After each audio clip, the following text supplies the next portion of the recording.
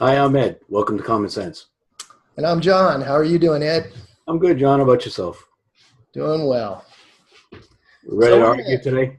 yeah, we're gonna argue about something. We'll figure something out. But we thought it'd be fun to sort of take the positions that we do in our lives often and argue about sales versus marketing a little bit. There you And go. so we're going to talk about that and talk more specifically about or argue the point which is more important, the marketing funnel or the sales pipeline. So why don't you kick us off? All right, simple answer, two words. Sales pipeline. I mean, it's that easy. Well, I'd have to agree that's a simple, straightforward answer. But I have to disagree with you a little bit there. I think it might be the marketing funnel is primary.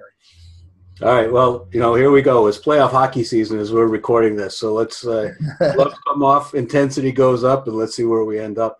No, actually, it's basketball season, so we're still on the wrong side of that one. So. There you go. All right, so I would say, all joking aside, before we can argue this intelligently, I mean, we need to be really clear what it is that we're talking about. Right. Everyone can visualize the marketing funnel. You've seen representations of it that start wide and come down to this little drip coming out of the bottom. At the top, often it's the total addressable market, kind of in the cloud above it. And then all the prospects get tossed in and they get sorted through some kind of a qualification and nurturing process, gradually filters them out, and prospects fall out the bottom in a small number.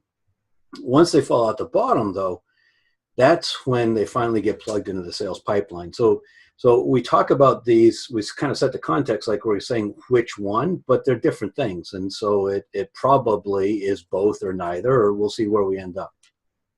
Yeah, I agree. I think one of the things is that people get confused about these two terms. In fact, they often call it a sales funnel. So it's kind of a combination of both things. Right. But I agree, they do confuse the two in terms of, what exactly it is that's in each one at each time and how they're being measured and, what the importance is to the overall process. But I agree, it is sequential. Hey, we agreed early. How about that? Yeah, I know. But we'll get back to it a little bit.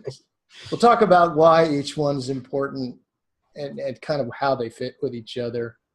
But I think, one of the things that's often missed is, where do these terms come from? And mostly they come from us. It's sales, it's marketing. We're looking at customers, we're looking at buyers.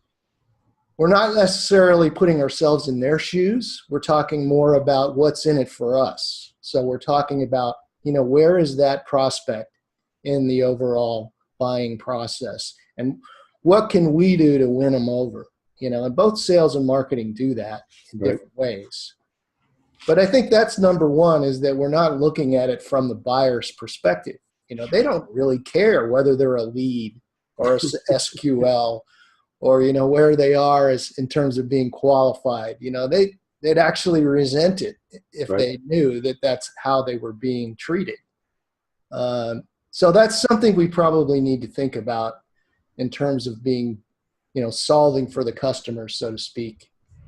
And I think, we can go from there, but why don't you dive in, starting there a little bit? Well, I guess the other thing that we've touched on at times in the past has been the difference between sales process and sales methodology. And I know we're going to talk about that more in the future, but I think that really ties into this. So sales process kind of maps to the pipeline, and that is the way the sales team thinks about how they move a project through. Whether you use BANT or some other kinds of a system, making sure that they're following a consistent process so that they end up with a replicable kind of revenue growth process.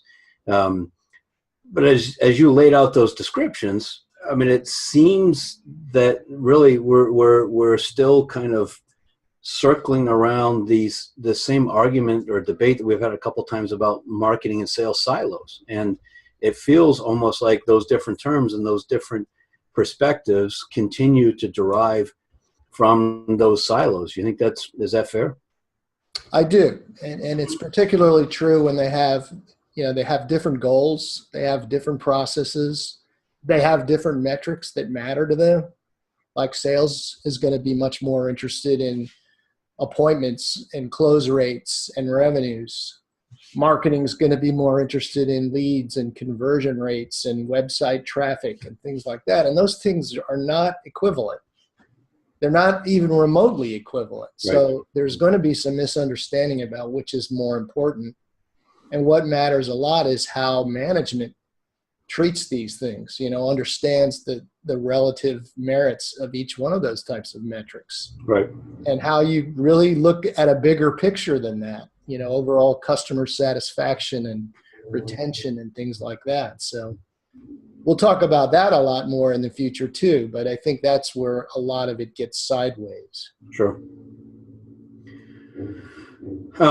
So, going back to pipeline and why I say the bottom line is a pipeline is more important. You can't make payroll with a marketing funnel. I mean, sales pipeline is simple. Businesses have to close deals, and that means salespeople have to actually move projects from interest or need to revenue, and that requires a process and discipline and rigor, and CRM and other things that we've talked about before as well. So pipeline is really a management tool that provides the structure for the sales reps to follow. And it's a framework that then allows management to forecast and coach and other things that we've talked about.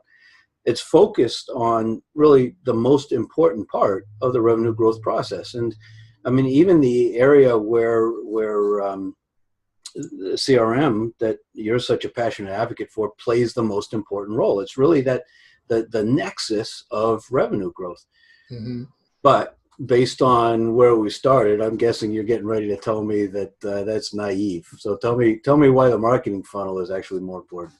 Well, I don't think it's naive. I just think it's part of the picture. So if you don't have good quality leads to work with as a sales team, where are you? It's impossible. Well, it's not impossible. You can go back to the old-fashioned way and where sales does all the prospecting and all the cold calling. And that's proven to be highly inefficient. Most customers don't want to be treated that way, period. They don't want to be courted that way. They don't want to go through that process where the sales rep's going through BANT all the time and asking them 100 questions and not solving their problems. So the upshot of it is that marketing really has a new role, and that is finding qualified leads so that they take that burden off the sales team to have to identify and qualify leads in the first place. Right. And if they can do that, the whole sales process becomes far more efficient.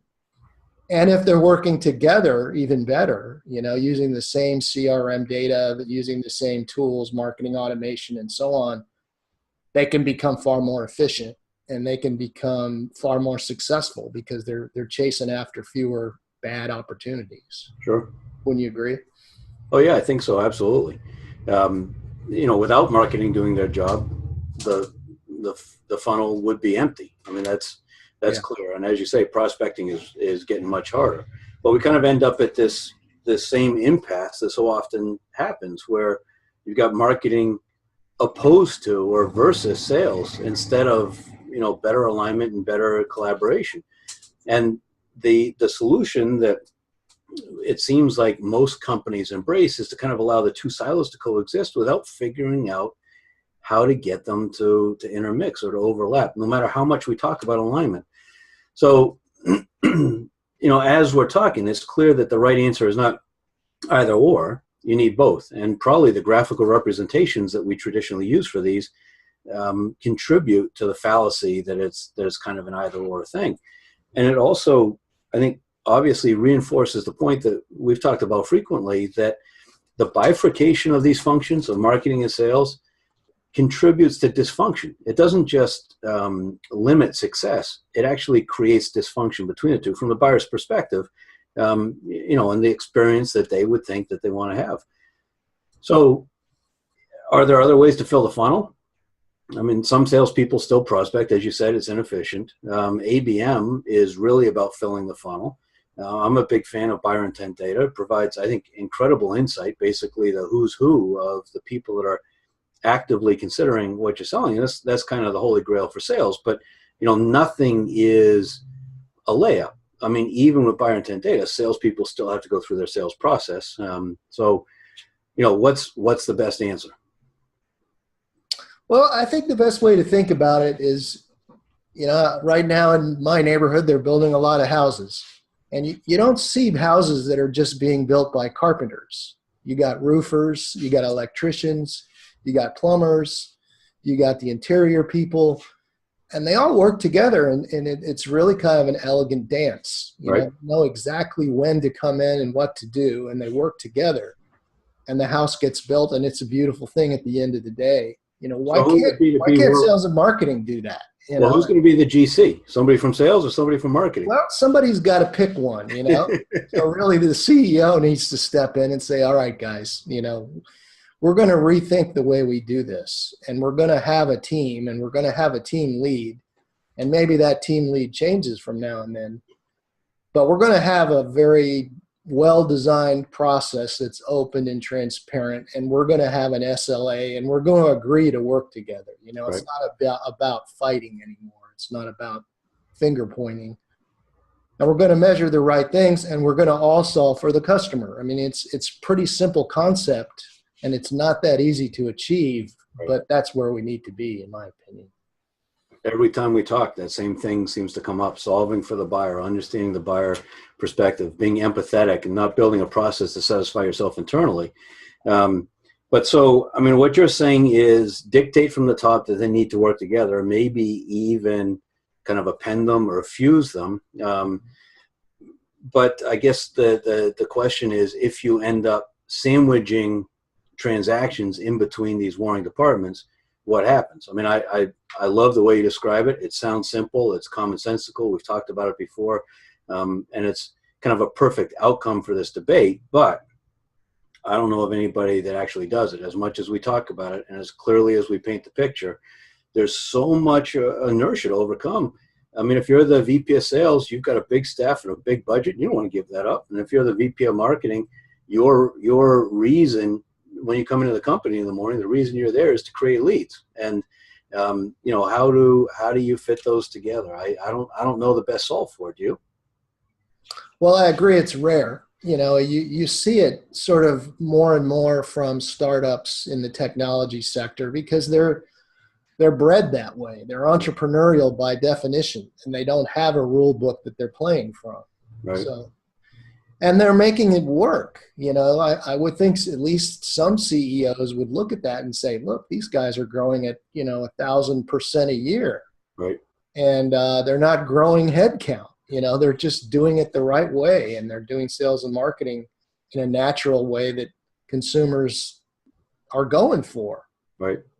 So at some point you have to look at your own performance and say, look, guys, we got to do something about this because, we're going downhill, and the shareholders are not happy about this. That's what it's going to take. It surprises me that it hasn't happened faster, but it has happened, in a lot of industries that we've talked about. But it's going to take a while for manufacturing to really come to the party, I think. Because in many cases they're not going downhill. Yeah. Their rate of acceleration uphill is stalling, and so it doesn't feel like an acute problem yet. Right. They have momentum from years of business, and relationships that they build over 50 years that haven't gone away yet. But when they do, then they're going to really feel it, I think. Right. And they're accustomed to growing at a rate of 10 or 15% a year and being happy with it, as opposed to tech companies with investors that expect them to grow, asymptotically. Yeah. And don't forget that people who are under 30 years of age now don't know anything but the customer continuum that we call it. They don't know any other way of being treated than, outstanding customer service that's all online.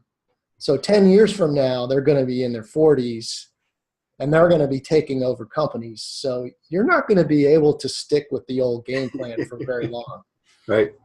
Yeah, I think a great opportunity for competition in very traditional industries as companies, get new leadership that kind of takes them in a different direction. So I guess where we're ending up is that marketing funnel and sales pipeline really are distinct. They're uniquely important. and they're most effective when they're integrated as part of a big picture kind of analytical management continuum. Is that what you're hearing or what you're thinking as well? Yeah, and I think the new way of thinking about it as a continuous loop. So, you know, you're going around again after a sale, and your customer service people and marketing people are working to make sure they're happy and successful, which leads to more sales, which leads to more opportunities going around and around and around. That's the way to grow revenue, in my opinion. And it sounds like common sense to me. Yeah, sounds like common sense. So thanks to everyone for joining us. Next time we're going to tackle ABM, or account-based marketing, and we're going to discuss whether it's some kind of marketing voodoo or if it's a real honest-to-goodness approach that has value. So I hope to see you then. And in the meantime, I'm Ed. And I'm John, and together we're Common Sense.